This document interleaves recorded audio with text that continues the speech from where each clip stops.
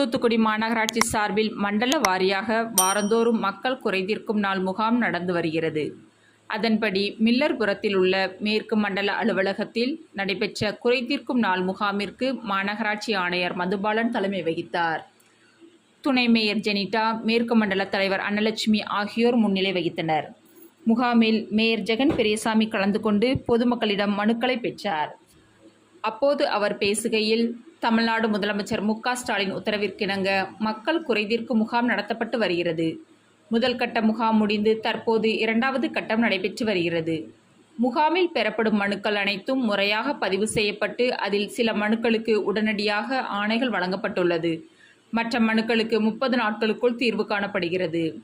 இந்த குறைதீர்க்கும் முகாம் தொடர்ந்து மாநகராட்சி பகுதியில் நடைபெறும். தமிழ்நாட்டில் சிறந்த மாநகராட்சியாக தூத்துக்குடி மாநகராட்சிக்கு 2வது இடம் கிடைத்துள்ளது. அதற்கான விருது சுதந்திர தினத்தில் வழங்கப்பட உள்ளது. இதற்காக உழைத்த மாமன்ற உறுப்பினர்கள், மாநகராட்சி அதிகாரிகள் மற்றும் ஒத்துழைப்பு கொடுத்த மாநகர மக்கள் அனைவருக்கும் வாழ்த்துக்களை தெரிவித்துக் கொள்கிறேன் என்றார். முகாமில் மாநகராட்சி துணை ஆணையர் ராஜாராம், மாநகர உதவி பொறியாளர் சரவணன், உதவி ஆணையர் சுரேஷ்குமார், நகர அமைப்பு திட்ட செயற்பொறியாளர் ரங்கநாதன், இளநிலை பொறியாளர் சேகர், குழாய் ஆய்வாளர் ராமமூர்த்தி, நகர்நல அலுவலர் வினோத்ராஜா, சுகாதார ஆய்வாளர் ஸ்டாலின், பாக்யநாதன், திமுக பொதுக்குழு உறுப்பினர் கோட்டூர் ராஜா, கவுன்சிலர்கள் பொன்னப்பன், இசக்கிராஜா, சந்திரபோஸ், கண்ணன், சரவணகுமார், கந்தசாமி, கனகராஜ், இலக்கிய அணி தலைவர் சக்திவேல், போல்பேட்டை பகுதி பிரதிநிதி ஜாஸ்பர், ஞானம் மார்டின், மேயரின் நேர்முக உதவியாளர் ரமேஷ், ஆணையரின் நேர்முக உதவியாளர் துரைமணி உள்ளிட்ட பலர் கலந்து கொண்டனர். உங்களுக்கு ஏற்கனவே இந்த கூட்டத்துடைய நோக்கம் தெரியும். நிறைய பேர் நான் நாளிதழில் பார்த்தேன், உடனடியாக தீர்வு கிடைக்குன்னு சொல்லி வந்திருக்காங்க. இது நல்ல வரவேற்பு இருக்குது. அதனால் தொடர்ந்து நடத்தணும்னு முடிவு பண்ணியிருக்கோம்.